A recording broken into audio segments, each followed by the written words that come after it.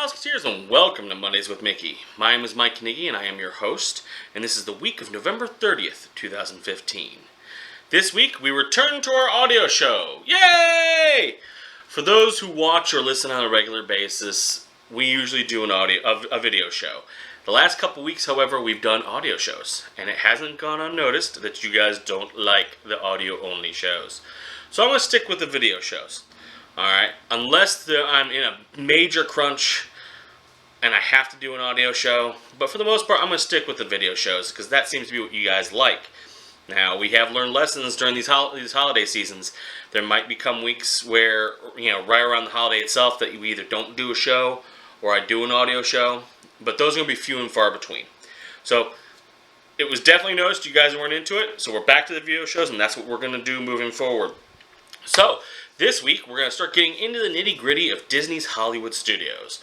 This week, we're going to talk about our dining, we're going to talk about my son's birthday, and we're going to talk about his favorite ride. But before we get into that, we have some news as always. This week, I've only got one major piece of news for you guys. This came out talking about the changes coming to Animal Kingdom.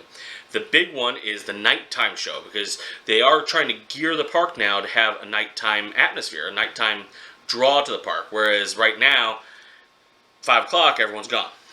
So they're changing the whole nature of the park, and one of the big things they're doing is they're putting in a nighttime show like the other three.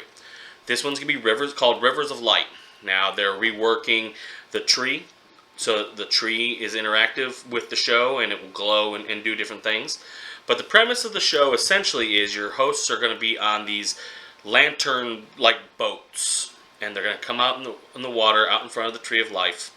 And what they're going to do is they're actually going to change the way the park flows at night, as far as people through the park, so that they can be kind of funneled into the area to watch the show.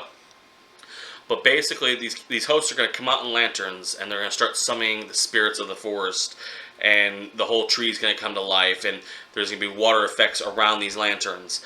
And it's supposed to be essentially a show celebrating nature and all of its wonders. The animals that are portrayed on the Tree of Life are supposed to basically come to life, and you're supposed to see their story through the lighting and whatnot. So it sounds pretty cool, and it's still a little vague. Joe Road posted something on Disney Travel talking about it, and that's basically the gist he gave, was that they want to explore nature at Animal Kingdom in general, and one of the areas that's been lacking has been nighttime creatures, your nocturnal animals. So they wanted to jump into that realm and truly make the park what it was meant to be. So this is scheduled to come out in spring of 2016. So really soon, guys. This is going to be pretty cool. It's one of the first major things to come out of this reworking of Animal Kingdom. Obviously with Pandora coming up, within a year or so afterwards. So really cool news. I can't wait to get more details on the show. Obviously, my plan is to go back next year in September, so hopefully I'll be able to get video of the show itself and show you guys. So, that's the only piece of news I had this week. This week was a little calm, and mainly probably because of the holiday. So, I'm going to go ahead and jump in to our trip. So, again, this is all coming from our trip in this past September as a family. The big point of this trip was my son's birthday. So, actually, you know what? Before I even get into that, let me break off for a second. I got some videos and some pictures. Why don't you guys take a look at that, and I'll be right back. Is this your first flight? Don't worry. There's no need to be nervous, Rex. Clear. You're gonna have a great flight. I'm sure it'll be a smooth one.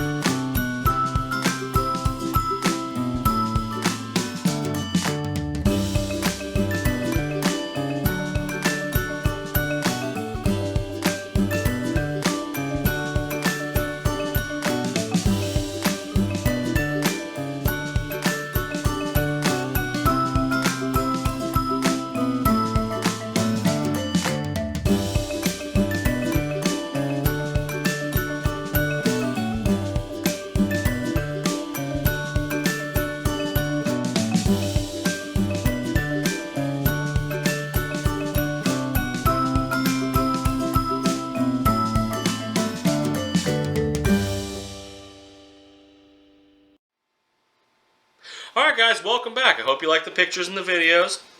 I know you saw some pictures of my son in PJs on the bed, obviously opening up presents. So let me jump back into what I was saying before I cut away. We took this trip because of my son's birthday. Well, we wanted to go anyway, but we geared it so he would actually have his birthday while we're at Disney. So for that day, he chose what park we went to, he chose where we ate, he chose the major fast passes he wanted. It was a day geared around him.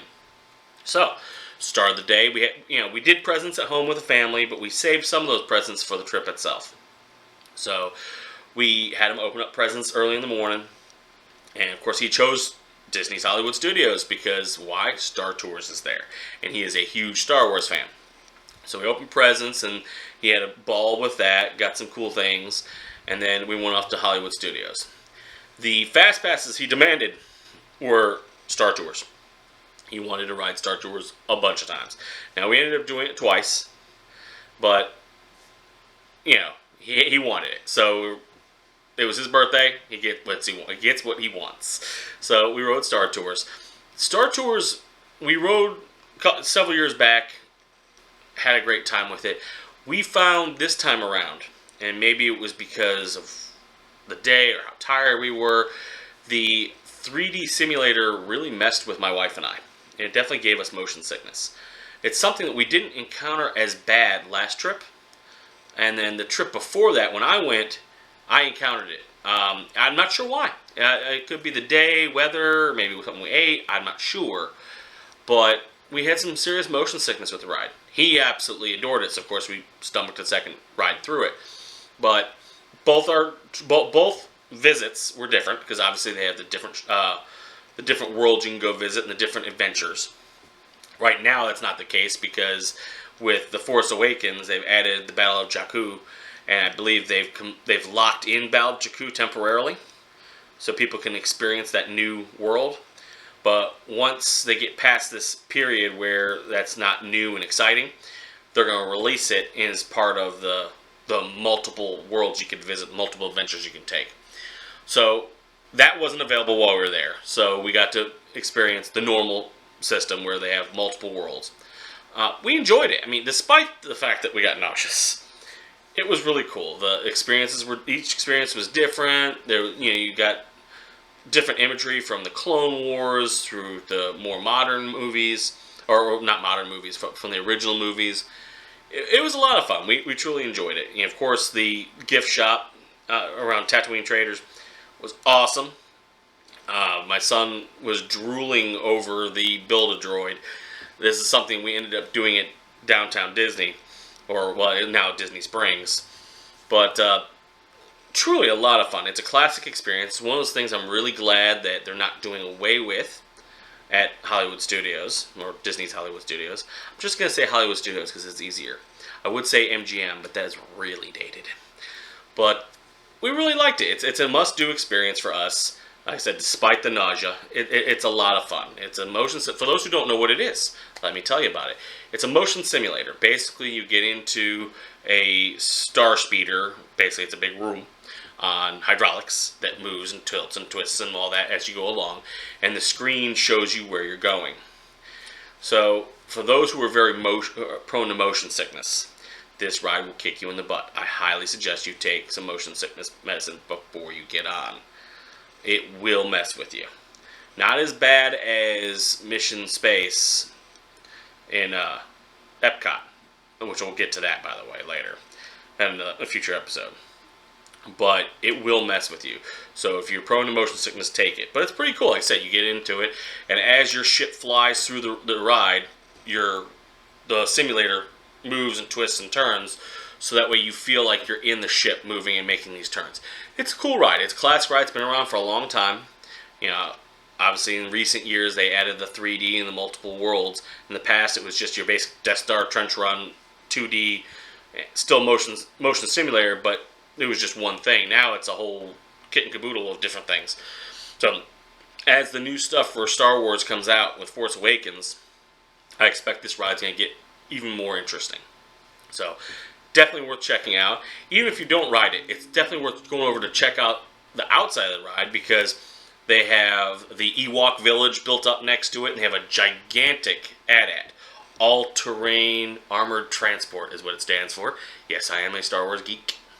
But it's almost life-size, so the thing is gigantic. You guys saw a picture of it in my little slideshow of pictures that you guys just watched. Really cool ride, themed fantastic. When you walk through, you have that little clip at the very beginning of that last video where it showed the little robot talking to you about, you'll have a safe ride. I'm sure it won't happen again. What happened last time? There's a point where you walk through and you see R2 and 3PO talking to each other. R2's in one of the Star Speeders, and 3PO is up on the wall looking down, talking to him. So the ride itself is themed amazingly for those who are Star Wars fans. And also look around. There are little details here and there that you might pick up on. Like if you went on the ride before they updated it and put 3D in, the original pilot of the Star Speeder is actually off to the side. You can see him with some of the other droids as you're walking through.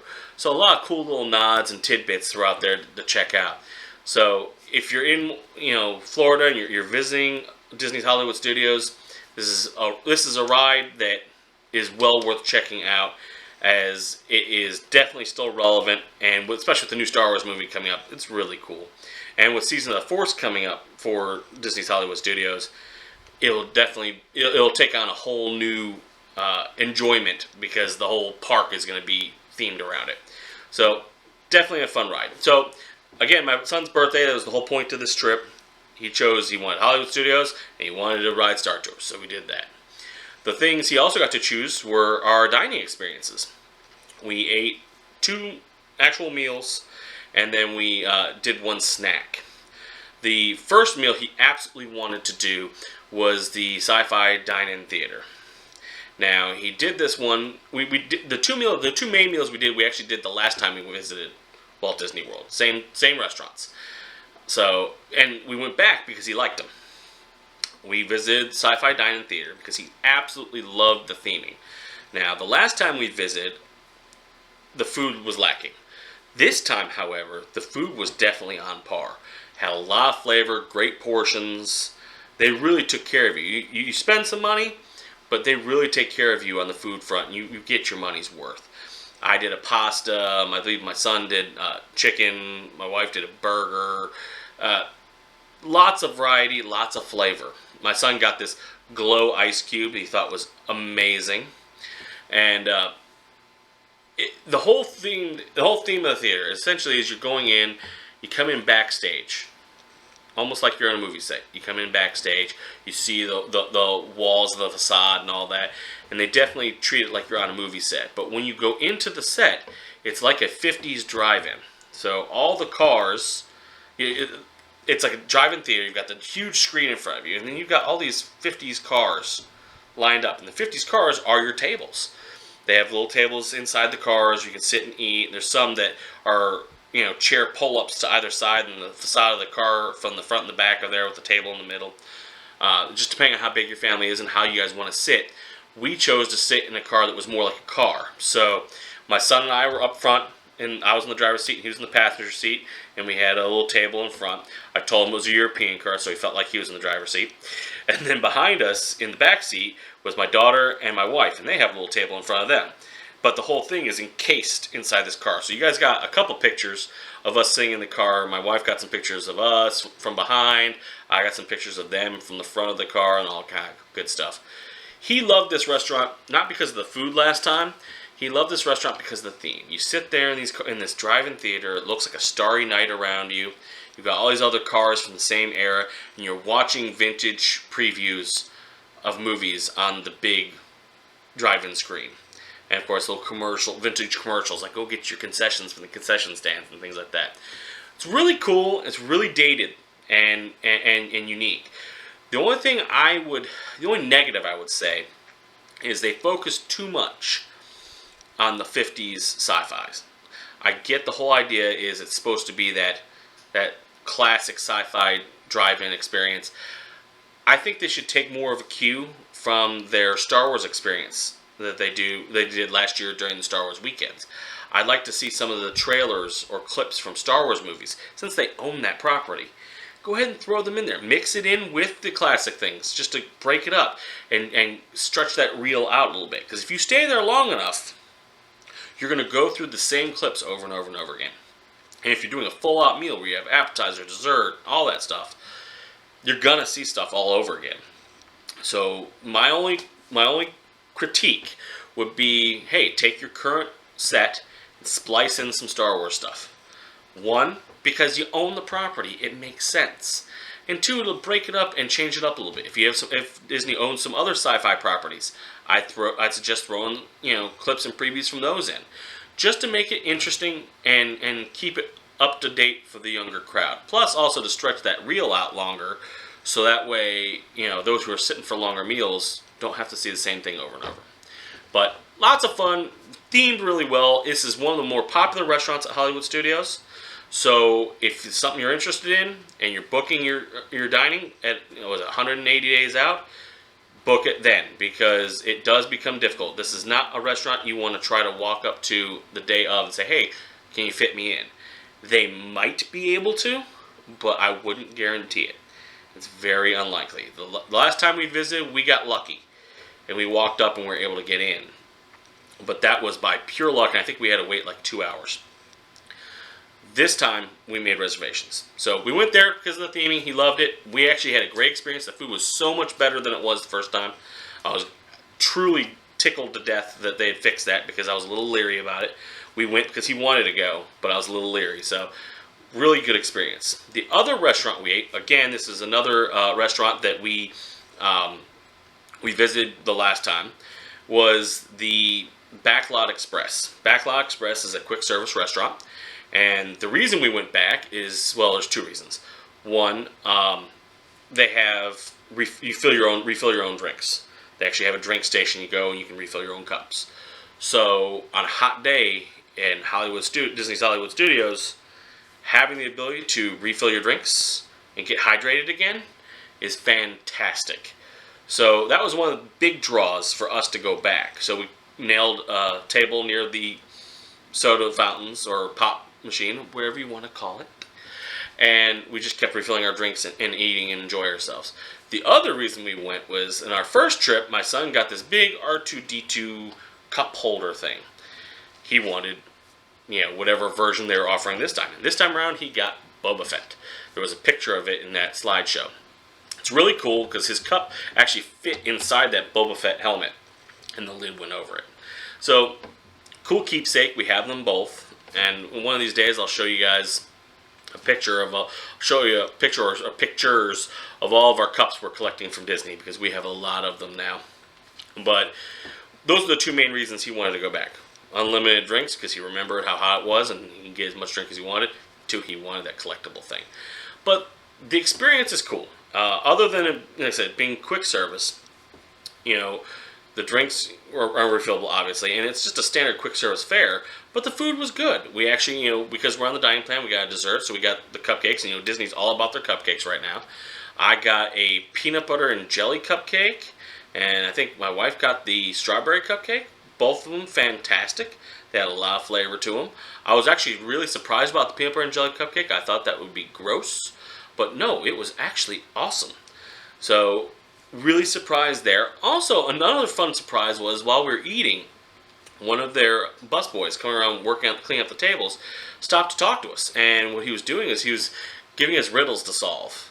Now, I'm not going to go into them because there were a lot of them. But he would break out riddles and just see if he can catch us. And, at first we were nailing them left and right, and he was having trouble stumping us. But he started working on it, and he really got into some riddles that really threw us off. Well, once we figured it out, it was like, oh, obviously. But it was cool because we had that one-on-one experience. The cast member really took the time to try to entertain us and have fun with us. So, and especially when he learned it was my son's birthday, he just went all out. So even for a quick service location, to have a cast member take the time to talk with us and engage with us, it was nice. So it had more of a full service atmosphere, even though it was it was just quick service.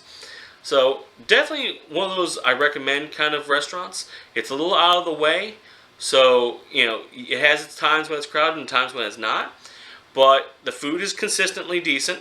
And again, on a hot day, I cannot emphasize enough how having unlimited refills on a hot day in Florida is an awesome thing. Will we go back to it next time? I'm not sure. Probably, because, it's convenient and it makes sense. But, yeah, so we went back and tried that again. We loved it. We enjoyed it. My son had a great time. And that was the point. When you're going to Walt Disney World, you're there to have fun and have a good time. And we went back to these restaurants. My son wanted to go back to these restaurants because he had great memories of going to them the last time. So next time, will I go back to it? I don't know. My wife and I hopefully are going by ourselves in September. So I'm going to try to push for us to try something different.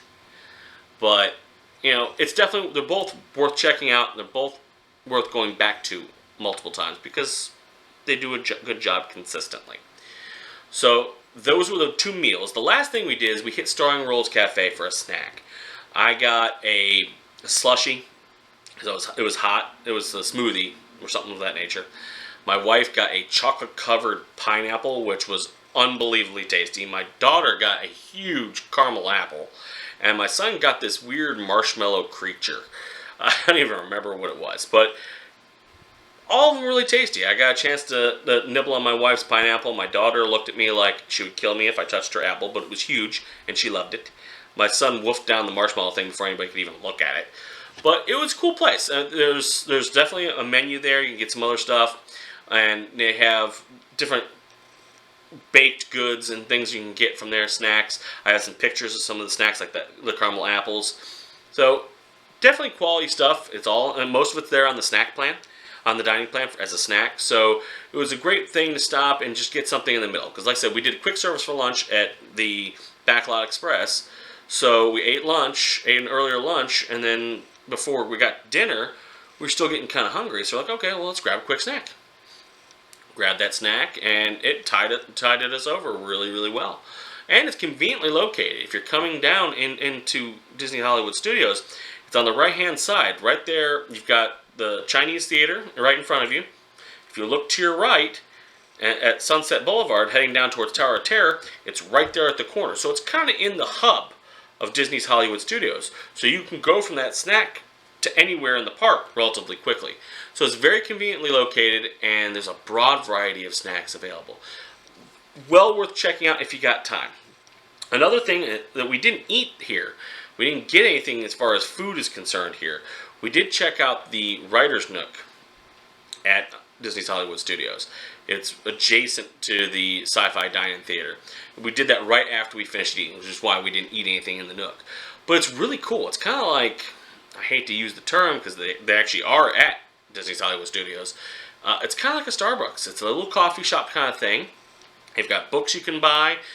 It's for those who've been to Barnes & Nobles or Books A Million, it's like a miniature version of that. So they've got books and things you can buy and check out, and then you can get coffee and things of that nature. And it was a good place to relax. They had nice fluffy chairs, which I almost fell asleep in. They had to drag me out because I was comfy. But one of the things we did get there was a card set. They have a Star Tours playing card set in a can, and one deck is the light side, one deck is the dark side. And my wife and I, we have friends that come over, we play 31. And, you need 2 decks to play 31, really. And it came with 2 decks, so it was perfect. So that was one souvenir we did pick up there that was really cool. But definitely worth checking out if you need a place to break off and relax for a minute. It's a little off, I wouldn't say off the beaten path, but it's definitely not something you'd necessarily notice just by walking through. It's kind of in a weird position. So it's a great place to go in, cool off, have a drink, maybe check out some books, relax. If you're just having a rough day at the park and you just need to get off your feet for a minute. Particularly on those hot days where you're cooking and you're all over the place. Get indoors. Heat of the day is a great time to grab a snack inside or go into a restaurant and eat, because it gets you out of that deathly Florida heat. So it was kind of cool. It was a nice place to check out. Again, we didn't eat anything there, so I wasn't originally going to mention it. But because you can get food and drink there, I figured I'd throw it in, let you guys know about it. So that's all the dining experiences we had at Disney's Hollywood Studios. We were only at Disney's Hollywood Studios one day, so there wasn't a lot to share in that regard. So I'm going to go ahead and finish it up this week with that. Next week, I'm going to get into more of the rides. Now, I did Star Tours this week, so I'm not going to talk about it next week. But rides like Tower of Terror, Rock and Roller Coaster, attractions like Muppets 3D, Muppet Vision 3D, all that kind of stuff. I'm going to get into that next week. Indiana Jones Stunt Spectacular, I'm going to talk about that next week as well. I'm going to get into the bulk of the attractions that we visited and enjoyed, things we liked, things we didn't. And then the following week, I'm going to close out Hollywood Studios. I'm going to talk about Fantasmic. I'm going to talk about my top 5 and bottom 5 experiences and give you kind of all the miscellaneous things that aren't getting covered between food and attractions. So that's the end of this week. And I'm going to leave you as I always leave you. Walt said it best. I hope we never lose sight of one thing. This was all started by a mouse. Thank you so much for coming back and watching me on this video show. I know I kind of burned some bridges with the audio shows. I apologize. And we're going to get back to what you guys like most with these video shows, which I still don't understand because I am one ugly dude. But thank you again for watching, and I'll see you all next week.